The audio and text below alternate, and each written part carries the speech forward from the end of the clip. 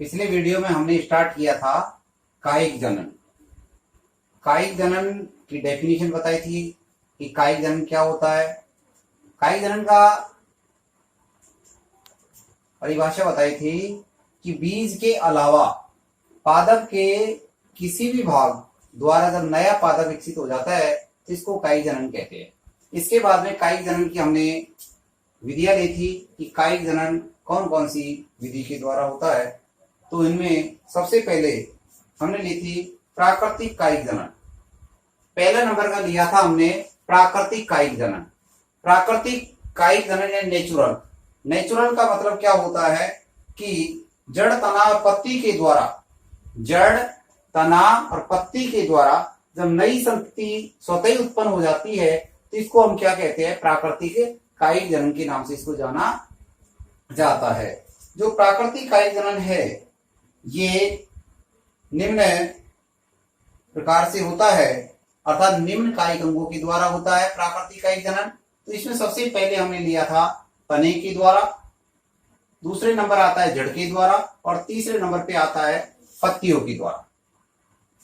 तो हम तने के द्वारा कायिक जनन पिछले वीडियो में पढ़ रहे थे कि तने तीन प्रकार के बताए थे कि सबसे पहला जो तना होता है, सबसे फर्स्ट नंबर पर जो तने का प्रकार बताया था उसमें बताया था भूमिगत तने। सबसे पहला था भूमिगत तने द्वारा कायिक जनन। भूमिगत का मतलब होता है कि जो तने भूमि के अंदर रह करके नए पादप को विकसित करते हैं वो होते हैं भूमिगत तने। तो भूमिगत जो तने हैं उन पर भी पर्व और पर्व संधियां पाई जाती है। तो भूमिगत जो तने हैं वो चार प्रकार के बताए थे। भूमिगत तने चार प्रकार के होते हैं। उन्हें सबसे पहला लिया था हमने प्रकंद, दूसरा नंबर का लिया था कंद, तीसरे नंबर पर लिया था हमने शल्क कंद और चौथे नंबर पर लिया था हमने घन कंद। चार प्रकार के लिए थे। उन्हें सबसे पहले नंबर का लिया था हमने कंद। कंद का उदाहरण बताया था आलू। आलू में जो छोटे छोटे से गड्ढे से होते हैं उनको हम आंख कहते हैं। तो दूसरे नंबर का लिया हमने प्रकंद। प्रकंद का उदाहरण लिया था हमने अदरक। तीसरा लिया था हमने घनकंद। घनकंद का उदाहरण लिया था हमने अरबी और चौथा लिया था हमने शल्क कंद जिसका उदाहरण लिया था लहसुन। तो इस प्रकार से हमने भूमिगत तनों का अध्ययन किया था। अब आज हमारे वीडियो में स्टार्ट करते हैं अर्धवायवीय तने द्वारा कायिक जनन। जैसे नाम बोल रहा है अर्धवायवीय, अर्धवायवीय यानी अर्धवायवीय क्या होते हैं।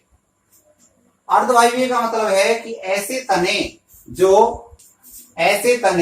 जो आधे तो कहां होते हैं, मृदा के अंदर होते हैं। आधे तो कहां होते हैं, मृदा के अंदर होते हैं और आधे मृदा के कहां होते हैं, बाहर होते हैं।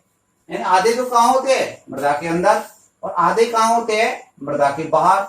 तो ऐसे जो तने होते हैं इनको हम क्या कहते हैं, अर्धवायवीय तने कहते हैं।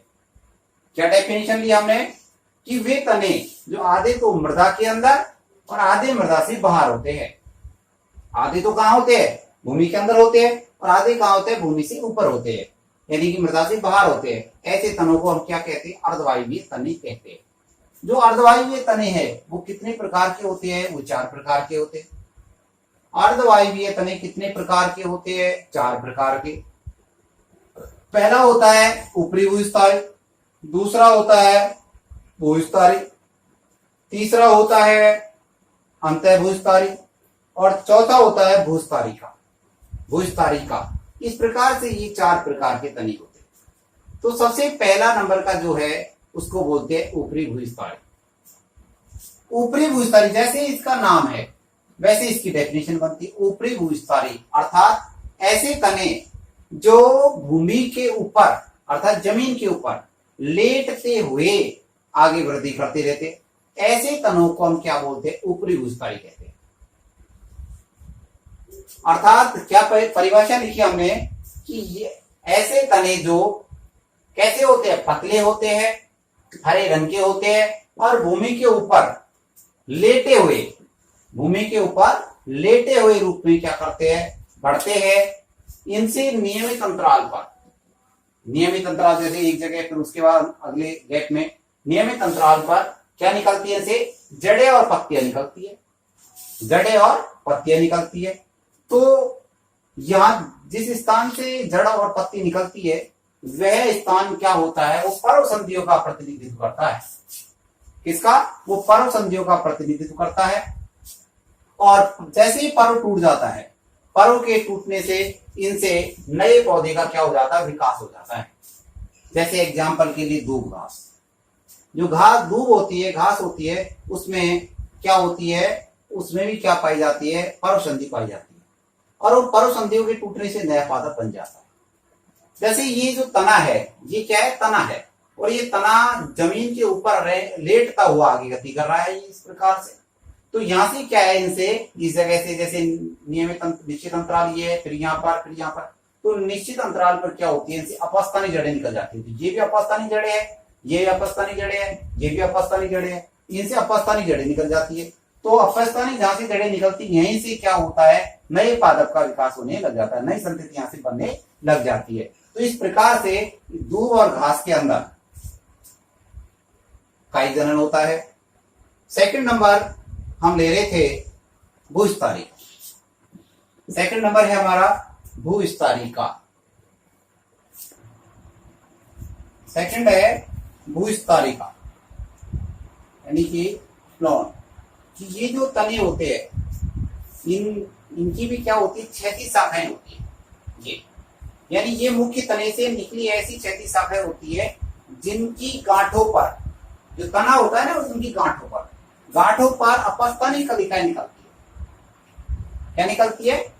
जो तना होता है उनमें जगह गांठें होती है, और इन गांठों से क्या निकलती है, अपस्थानी कलिका निकलती है, और इन अपस्थानी कलिकाओं के द्वारा ही नई संतति का विकास हो जाता है। एग्जाम्पल लिया हमने स्ट्रॉबेरी।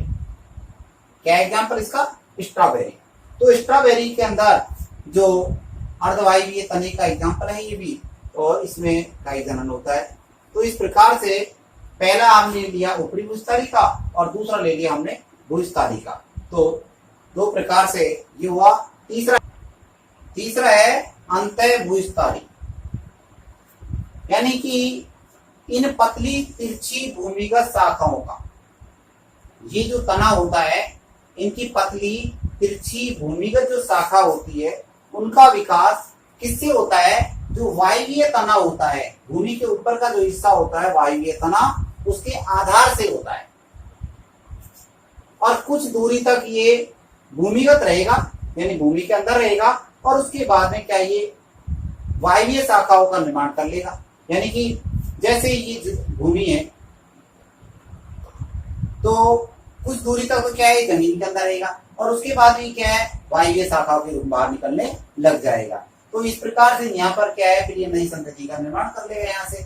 तो इस प्रकार से ये अंतः भूस्तारी होती है। तो पहला कौन सा हुआ? ऊपरी भूस्तारी। दूसरा कौन सा हुआ? भूस्तारी। और तीसरा कौन सा हुआ? अंतः भूस्तारी। अब हम चौथा लेंगे, कौन सा है? भूस्तारिका। चौथा है भूस्तारिका। नंबर 4 है भूस्तारिका, ऑफसेट। चौथा कौन सा है? भूस्तारिका। ये भूस्तारिका जो है, ये मुख्यतः जलीय पौधों में मिलती है। किस प्रकार के पौधों में? जो जलीय पौधों में मिलते हैं, जो पानी के अंदर रहते हैं, उनके अंदर। जलीय जो पौधे होते हैं उनके अंदर ये छोटे और मोटे पर वाले होते हैं। छोटे होते हैं और ये मोटे पर वाले होते हैं। और ये जो मातृ पादप है, जो जनक पादप है, उससे जब टूट जाते हैं, टूटने के बाद नए पौधे को ये जन्म देते हैं। तो जो मातृ पादप है उससे अलग हो जाएगा, टूट जाएगा, टूटने के बाद में नया पौधा बन जाएगा। एग्जाम्पल के लिए हमने लिया जलकुंभी। क्या लिया? जलकुंभी, जिसको वाटर हायसिंथ के नाम से जानते हैं। जैसे ये इसका क्या है? भूस्तारिका है। ये तना है इसका, ये वाला, ये भूस्तारिका है, ये तना। इस तने से यहाँ से ये क्या निकलती है? इसकी अपस्थानी जड़ें निकलती है। तो यहाँ से इससे ये जो तना है, ये छोटा भी होता है और थोड़ा मोटा भी होता है। तो ये जैसे यहाँ से टूट जाता है और टूटने के बाद नए उसको जन्म दे देते हैं। ये जो जलकुंभी है, वाटर हायसिंथ के नाम से इसको जाना जाता है। ये जलकुंभी को क्या बोलते हैं? बंगाल का आतंक के नाम से जानते हैं। इसको क्या कहते हैं? जलकुंभी को, इसको बंगाल का आतंक कहते हैं।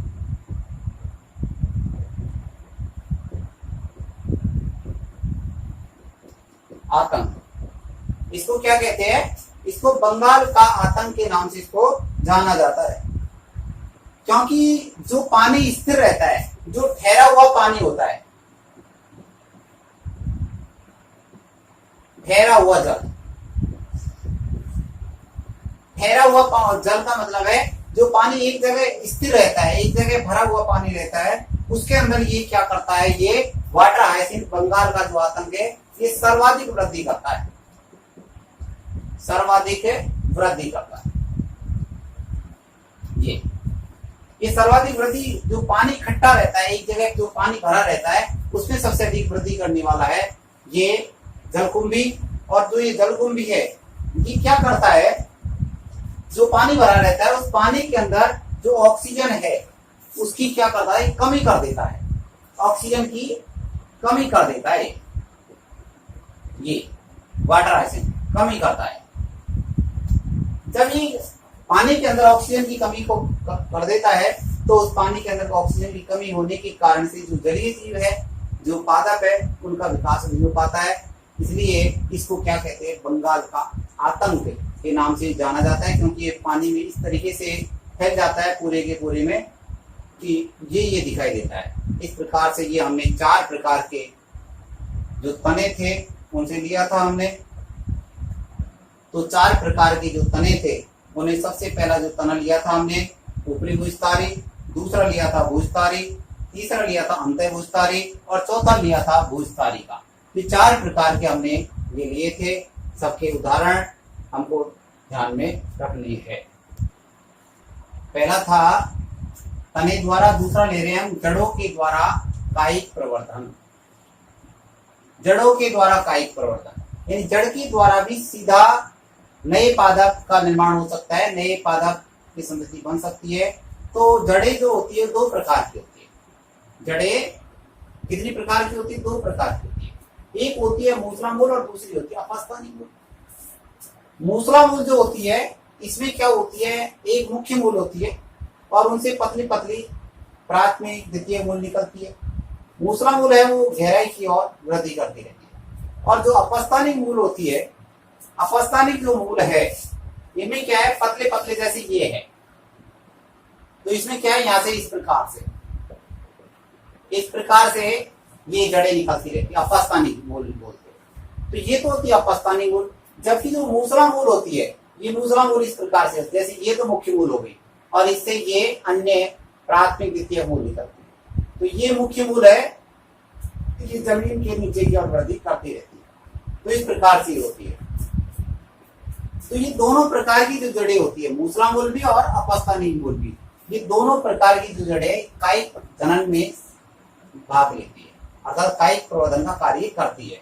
बहुत से काष्ठीय पादप जो होते हैं, जैसे काष्ठीय पादप कौन कौन से, जैसे नीम है, शीशम है, चमेली है, ये काष्ठीय पादप है।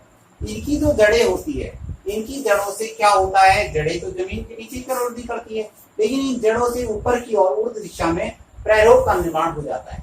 इनसे प्रैरोग बन जाता है और इस प्रकार से नए पादप का धीरे धीरे विकास होने लग जाता है। तो ये हुआ काष्ठीय पादपों के अंदर। तो बहुत सी काष्ठीय जो पादप होते हैं उनकी जो जड़ें होती है, वो जड़ें क्या बनाती है, ऊपर के प्रैरोग का निर्माण करती है और प्रैरोग से नए पादप का निर्माण होता है। कुछ पौधे ऐसे होते हैं जिनसे कंदीय मूल निकलती है। जो कंदीय मूल है उनसे क्या निकलती है, अपस्थानिक कलिका उत्पन्न होने लग जाती है। कौन सी कलिकाएं? अपस्थानिक कलिकाएं निकलती है इनसे, ये अपस्थानिक कलिकाएं।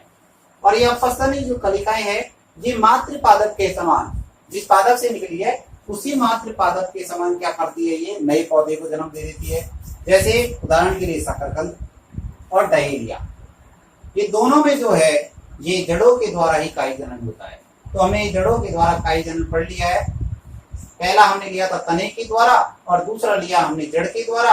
अब कल नेक्स्ट अगली वीडियो में हम लेंगे पत्तियों के द्वारा कायिक जनन किस प्रकार से होता है।